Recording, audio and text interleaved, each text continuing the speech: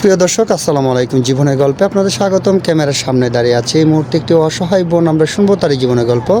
আসসালামু আলাইকুম। ওয়ালাইকুম আসসালাম। আসসালামু আলাইকুম ভাইয়া। ওয়ালাইকুম সালাম। আপু কেমন আছেন আপনি? এই তো আলহামদুলিল্লাহ, পাক রাখছে ভালো। আপনি?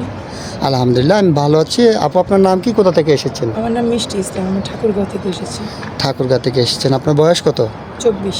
24 বছর বয়স। আপনার ফ্যামিলিতে কে কে আছে? আমার 5 বছর বয়সে আমার মা মারা গেছে। তো আমার সৎ মা, সৎ 2 ভাই আর আমার আব্বু প্যারালাইজ। ও আচ্ছা, ঠিক আছে আপু, বুঝতে পেরেছি, সমস্যা নাই। তো আপনার আম্মু মারা গিয়েছে, আপনার আব্বু আরেকটা বিয়ে করেছে, তাই না? এখন বর্তমানে আপনার সৎমার কাছে আছেন না? না, আমি সৎ মায়ের কাছে আসি না ভাইয়া। বর্তমানে আমি আমার বান্ধবীর বাসায় আছি। বর্তমানে আপনি আপনার বান্ধবীর বাসায় আছেন। কেন আপনার মায়ের বাসায় থাকেন না, বাবার বাসায়? আমি ছোটোবেলা মাদ্রাসা থেকে লেখাপড়া করেছি।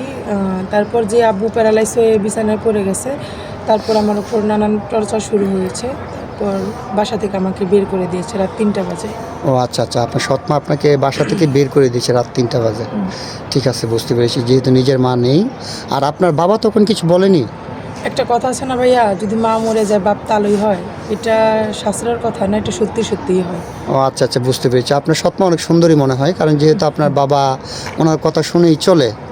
তারপরে প্রত্যেকটা বাবারই উচিত যে নিজের সন্তানকে কেয়ার করা। সৎমায়ের প্রতি আসক্ত হয়ে আপনাকে কষ্ট দিয়েছে, এটা উনি ঠিক করে নাই।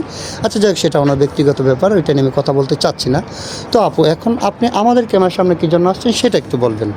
ভাইয়া, আমি আপনাদের ক্যামেরার সামনে আসছি এই জন্য, আজকে যদি আমি নিজে নিজে বিয়ে করি তো সে ছেলে যে আমাকে 2 দিন পরে ছেড়ে চলে যাবে না তার কোনো গ্যারান্টি নেই। আর সে যদি ছেড়ে চলে যায়, আমার গার্জিয়ান বলতে কেউ নেই। এখন আপনাদের মাধ্যমে যদি আমি একটা বিয়ে করি তো আমার গার্জিয়ান বলতে আপনারা আছেন, কোনো অসুবিধা হলে আপনারা দেখতে পারবেন, এর জন্য এখানে আসা। ও আচ্ছা আচ্ছা, ঠিক আছে, আমি বুঝতে পেরেছি। যেহেতু আপনার গার্জিয়ান বলতে পৃথিবীতে কেউ নেই, আপনি চাচ্ছেন যে আপনার গার্জিয়ান হিসাবে, আমরা ভাই হিসাবে যেটাই বলেন না কেন, আপনি আপনাকে এক দায়িত্ব দেখে আমরা বিয়ে শাদী দেবো। আচ্ছা ঠিক আছে, যিনি আপনাকে বিয়ে করবেন ওনার বয়স কেমন হতে হবে? বয়স যেমনই হোক সেটা ম্যাটার করে না। আমি একজন ভালো মানুষ চাই, ভালো মনের মানুষ চাই, যে আমার দায়িত্ব নেবে সারা জীবনের জন্য। আমি ছোট থেকে এই পর্যন্ত কখনো আদর ভালোবাসা পাইনি। আমি একজন এরকম মানুষ চাই যার কাছে আমি একটু ভালোবাসা, একটু মায়া পাবো আর কি। ও আচ্ছা আচ্ছা, ঠিক আছে। যেহেতু আপনি ছোটোবেলা থেকে বাবার আদরও পাননি, মার আদরও পাননি, আপনি চাচ্ছেন যিনি আপনাকে বিয়ে করবেন উনি যেন একটু আপনাকে ভালোবাসে। আপনার জীবনে ভালোবাসার খুবই অভাব, তাই না? হ্যাঁ। আচ্ছা ঠিক আছে আপু, সমস্যা নেই। তো আপনার সাথে ওনারা যোগাযোগ কীভাবে করবেন? আমার সাথে যোগাযোগ করতে হলে আপনাদের মাধ্যমে যোগাযোগ করতে হবে। কেন, আপনার ব্যক্তিগত কোনো ফোন নেই? ভাই, আমি তো ভালো করে খেতেই পারছি না, আমার কপালটা এরকম হয়েছে, ফোন কিনবো কি দিয়ে? ও আচ্ছা আচ্ছা, ঠিক আছে। তো সুপ্রিয় দর্শক, এই মুহূর্তে দেখতে পাচ্ছেন ডিসপ্লেতে একটি নাম্বার। এই নাম্বারটা হচ্ছে আমাদের ইউটিউব চ্যানেল কর্তৃপক্ষের নাম্বার। এই নাম্বারে ইমো হোয়াটসঅ্যাপ খোলা আছে। যদি কোনো ভাই মিষ্টিকে পছন্দ করে থাকেন তাহলে ওনার একটা ছবি স্ক্রিনশট মেরে পাঠিয়ে দিয়ে আমাদেরকে ভয়েস করবেন। আমাদের প্রতিনিধিরা আপনাদের সাথে যোগাযোগ করবে। কেউ অযথা অডিও কল, ভিডিও কল দিয়ে বিরক্ত করবেন না। আচ্ছা ঠিক আছে মিষ্টি আপু, আপনি যোগাযোগের মাধ্যমের ব্যবস্থা আমরা করে দিতে পারবো ইনশাল্লাহ, কিন্তু কারোর সাথে প্রতারণা করবেন না তো?